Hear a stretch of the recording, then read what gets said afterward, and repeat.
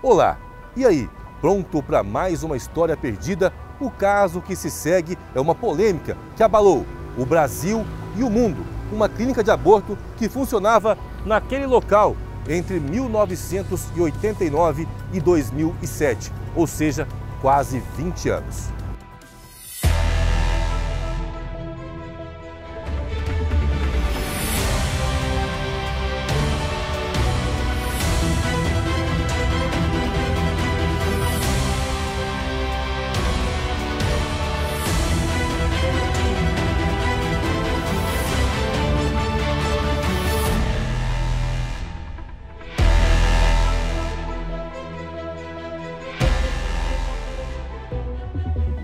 Campo Grande, abril de 2007. Já havia 2 denúncias na polícia contra práticas de aborto ilegal na clínica, mas faltava uma prova concreta. Foi quando o jornalismo investigativo deu as armas para a polícia contra o crime. 2 jornalistas estiveram lá com uma câmera falando que queria fazer aborto. A moça queria fazer aborto. E por conta disso, eles com essa câmera falaram que queria fazer aborto. E aí aproveitaram e fizeram entrevista com a Neide. Primeiro ela foi lá, colheu provas, falou que estava ali, que queria fazer aborto, como faria, pegou todas as informações. E depois, à noite, no outro momento, elas fizeram uma entrevista com a dona da clínica. Com a gravação feita pelas jornalistas, que inclusive foram ouvidas durante o processo, entre elas Ana Raquel Copete, que trabalhou em várias emissoras pelo país, a polícia então tinha elementos suficientes para pedir um mandado de busca e apreensão na clínica, que ficava bem no centro de Campo Grande. E para surpresa dos policiais, os então suspeitos não se desfizeram de nenhum documento, mesmo com a repercussão nacional do caso. Inclusive a gente achava que não fosse encontrar mais nada, porque já havia essa reportagem, né, já sendo veiculada, e quando nós chegamos lá, para nossa surpresa, os prontuários das clientes estavam todos ali expostos na recepção, na sala da médica, havia vários prontuários ali expostos. A partir daí nós começamos as buscas lá na clínica e foi quando nós encontramos a ficha, um armário com todas as fichas de todas as clientes dela. Foram 3 horas de buscas por toda a clínica, onde foi encontrada grande quantidade de medicamento abortivo, Citotec. Havia ainda sugador, computadores e todo um arquivo com milhares de documentos de pacientes que teriam praticado aborto. Isso mesmo, milhares. Foram localizados também testes de gravidez. Havia uma tabela com o valor dos procedimentos. O caso teve tanta repercussão que o então arcebispo de Campo Grande convocou uma coletiva de imprensa. Nós estamos pedindo ao poder público que verifique, investigue e se isto for realmente verdade, os fatos forem verdadeiros, que se apliquem as leis que culminam assim aqueles que cometem crimes contra a vida humana. Na época, o tema aborto não era tratado como hoje. Havia mais cautela e limitação ao se falar do assunto. Existe no governo federal, na Câmara dos Deputados, como no Senado, uma campanha para descriminalização do aborto, fazer o aborto um ato que não culmine como crime. E nós não podemos permitir, porque se é um ser humano, o ser humano deve ser respeitado do princípio ao fim da sua vida. Neide Mota Machado já havia respondido outros 4 processos éticos pelo mesmo motivo. No dia 2 de agosto, ela foi encaminhada para o Poder Judiciário para prestar depoimento. Foram horas de questionamentos. A estratégia da defesa sempre foi negar abortos ilícitos. A alegação era de que apenas eram realizados procedimentos com autorização em casos de violência sexual ou risco de morte da criança ou da mãe. Era o doutor Sandro encaminhava e a capitã Sandra. Quando eles faziam a solicitação, era via telefone mesmo.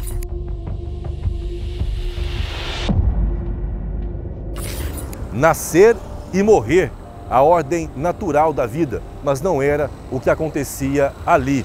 Até agora, no processo, já havia 25 pacientes indiciadas pela prática de aborto, além de 7 funcionários e da médica. A versão dada por ela é que havia um órgão do governo que encaminhava pacientes para a clínica. Neide Mota ainda reclamou de que não teria recebido pelos procedimentos. Eles falaram que me pagariam, foi passado para eles os valores que eles me pagariam, só que até ontem eu não recebi nada, porque alegaram que eu devia o ISS na prefeitura e que, portanto, o governo do estado não me pagaria pelos procedimentos. Neide falou que as gestações eram interrompidas até o 16º mês e que cobrava até R$3 mil, mas as provas apontaram mais tempo e mais valores, como veremos a seguir. Sobre o que fazia com os restos mortais, a resposta foi inesperada. A sucção, ela não existe, não fica um feto, porque quando ela aspira, o conteúdo todo ele é misturado.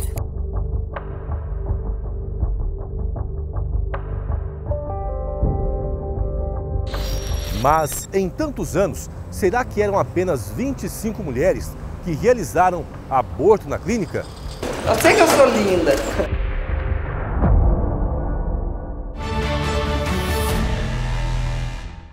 Até agora acompanhamos que 4 funcionários, mais a médica, foram indiciados pela prática ilegal de aborto. Do outro lado, entendemos que pelo menos 25 mulheres foram identificadas por terem procurado a clínica para tal prática. O caso da clínica de aborto aqui de Campo Grande perdurou por quase 20 anos. Mas não foram só essas pessoas não. E os números não aumentaram, explodiram. Na época do crime, Neide Mota chegou a ficar 40 dias presa, mas conseguiu habeas corpus por responder a quesitos como residência fixa e colaboração com a justiça. Os demais envolvidos não chegaram a ficar presos, que não só quem diretamente colaborou com os abortos foi denunciado. Quem, de qualquer modo, concorre para o crime incide nas penas a ele cominadas.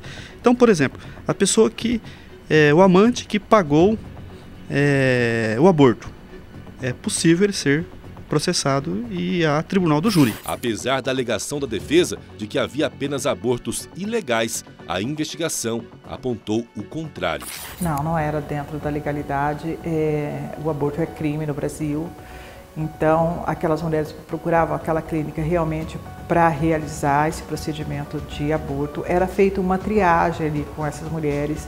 Nessa triagem tinha um prontuário onde as mulheres descreviam quanto tempo havia de gravidez, os meses de gravidez, era o receituário da médica dizendo quais seriam os medicamentos e a prescrição.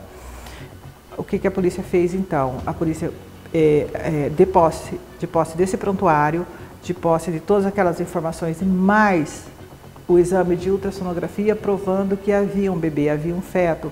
Juntando tudo isso no prontuário, isso foi prova para dizer que realmente houve uma curetagem ali, houve um aborto, houve a realização daquele aborto naquela circunstância. A promotora responsável pela acusação chegou a levantar nos documentos que até medicamento de uso veterinário seria utilizado para abortos. Um hormônio utilizado em vacas para aborto e outros procedimentos veterinários que foi utilizado em uma das moças. O número de pacientes só aumentava. Acredite, no total, só entre 2000 e 2002, primeiro período levantado, foram 150 pacientes que interromperam a gravidez na clínica. Já nos primeiros meses de levantamentos, chegou ao impressionante número de 1.250 abortos. Mas era apenas a ponta do iceberg. Essas mulheres foram ouvidas e, devido ao tipo de crime, fizeram um acordo de não persecução penal e prestaram serviços à comunidade para evitar a contenda judicial. Uma vez cumprido o referido acordo, não gera nem mesmo antecedentes criminais a elas.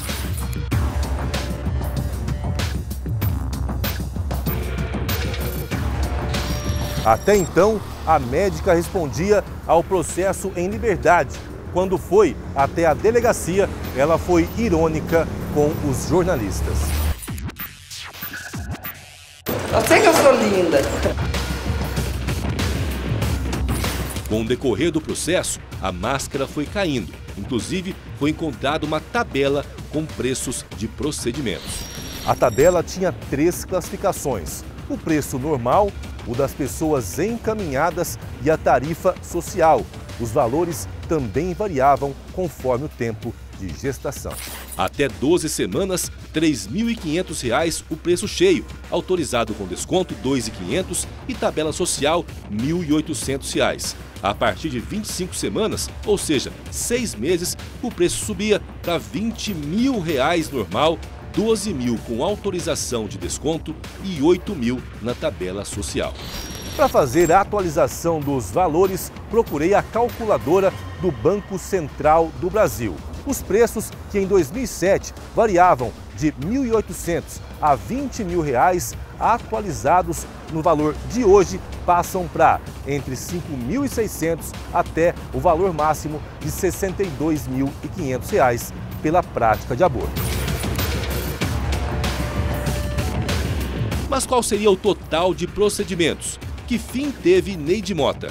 Quando a guarnição chegou aqui, já havia constatado o óbito. Nós voltamos a falar sobre a clínica chamada de Planejamento Familiar, que funcionava neste local por quase 20 anos. Aqui, na verdade, o que acontecia era a prática de aborto, a maior quantidade em um só local da história do país.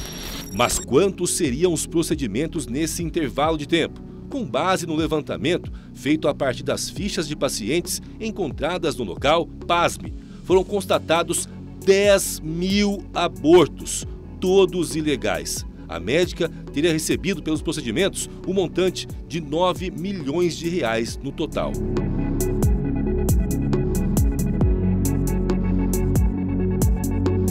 A clínica sobreviveu disso, né? O que ela fazia naquela época era somente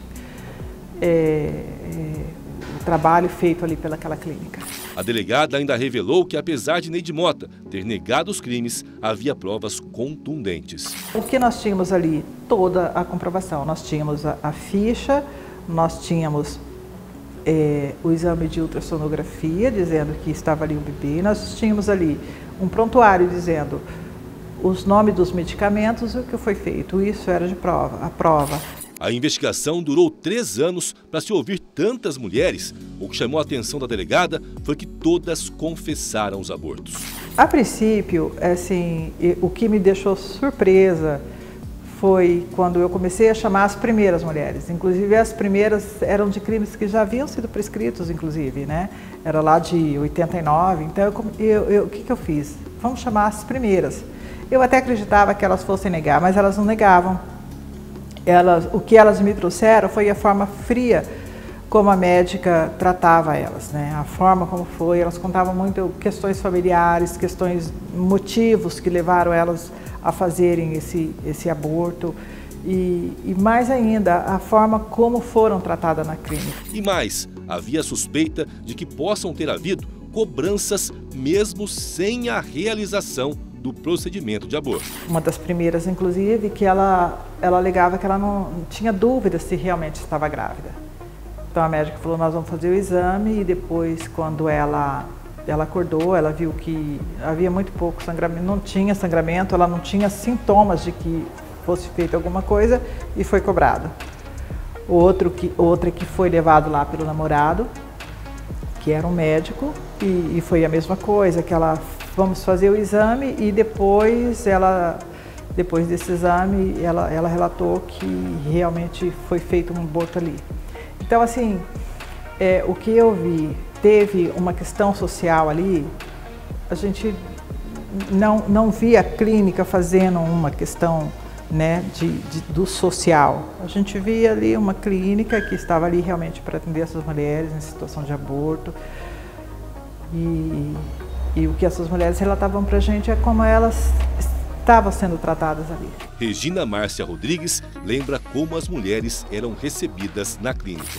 A mulher chegava lá e ela era atendida por uma pessoa ali, a recepcionista, que encaminhava para uma sala que era de uma psicóloga. era essa psicóloga que fazia as triagens.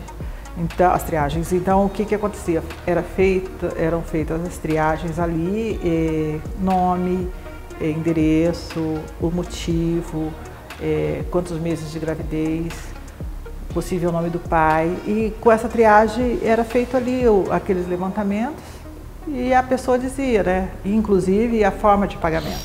E mais, a investigação apontou que as mulheres eram estimuladas à prática do aborto. Era feita para elas uma comparação entre o custo de se criar uma criança e o custo de se fazer um aborto. Tinha a tabela social. O que nos chamou a atenção é que quando nós chegamos na clínica, inclusive existia uma página, uma reportagem de uma revista dizendo os custos de um bebê. Quanto custa um bebê desde a gestação até os 18 anos, né? Os custos de ter um filho. E aí elas faziam essa triagem, a psicóloga fazia essa triagem e a partir daí agendava a curetagem que seria feita pela médica.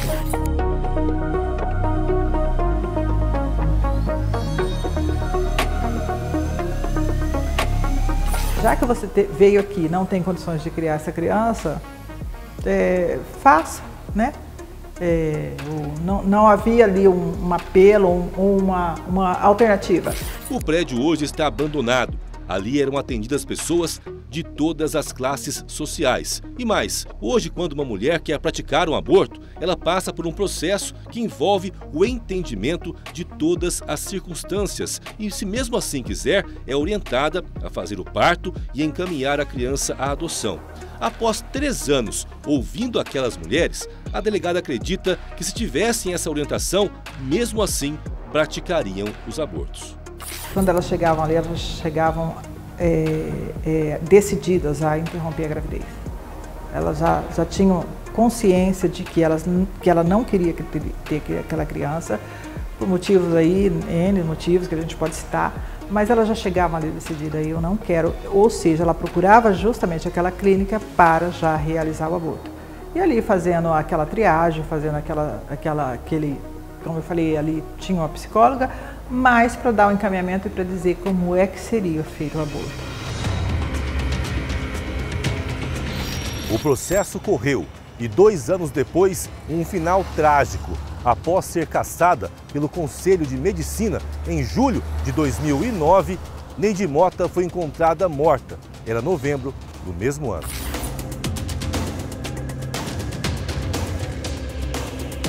Quando a guarnição chegou aqui, já havia constatado o óbito.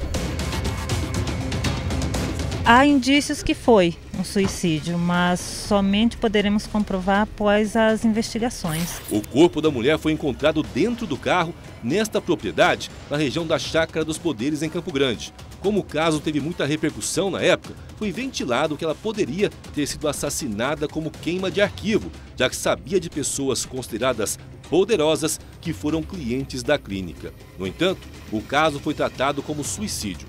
Do lado do corpo havia uma seringa. O laudo mencionou que ela morreu por asfixia medicamentosa, termo usado para identificar que medicamento paralisou os órgãos. Ela teria usado lidocaína e mais outro líquido não identificado. A médica deixou uma carta de despedida. Em um dos trechos, ela dizia: deveria garantir que já estaria dormindo quando sobreviesse o fim, que não houvesse pânico, nem trauma, nem dor. Mesmo sem a presença da médica, 4 funcionárias foram a júri pela prática ilegal de aborto. Elas foram condenadas e as penas variaram entre 1 ano e 3 meses e 7 anos. Após recurso perante o tribunal do júri, essas penas foram diminuídas para de 10 meses a 2 anos. Os julgamentos ocorreram em 2010. O processo teve fim, mas a história permanece na memória da delegada como o mais complexo que trabalhou. Trabalho que teve de ter, além do viés policial, a parte humanitária. Naquela época a gente fez realmente, era um trabalho de muita responsabilidade, que eram fichas de mulheres, né? Era um trabalho extremamente delicado, era uma coisa que precisava ser feito de uma forma que que a gente nunca havia trabalhado daquela forma, com esse tipo de caso, era o primeiro no Brasil com essa magnitude, 10 mil fichas, era necessário que a gente tivesse muito cuidado com aquilo.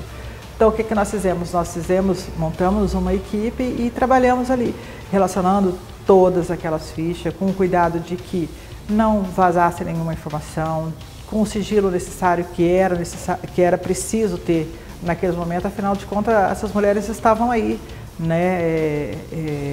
Ou seja, precisava ter um olhar diferenciado para esse caso e um olhar mais sensível para essa questão.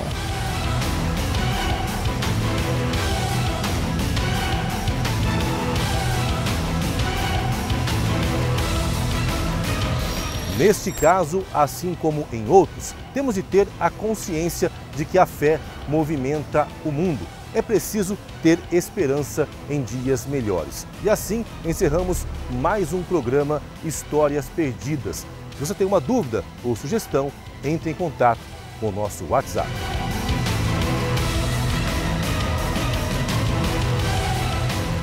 Semana que vem voltamos com mais um caso polêmico. Até!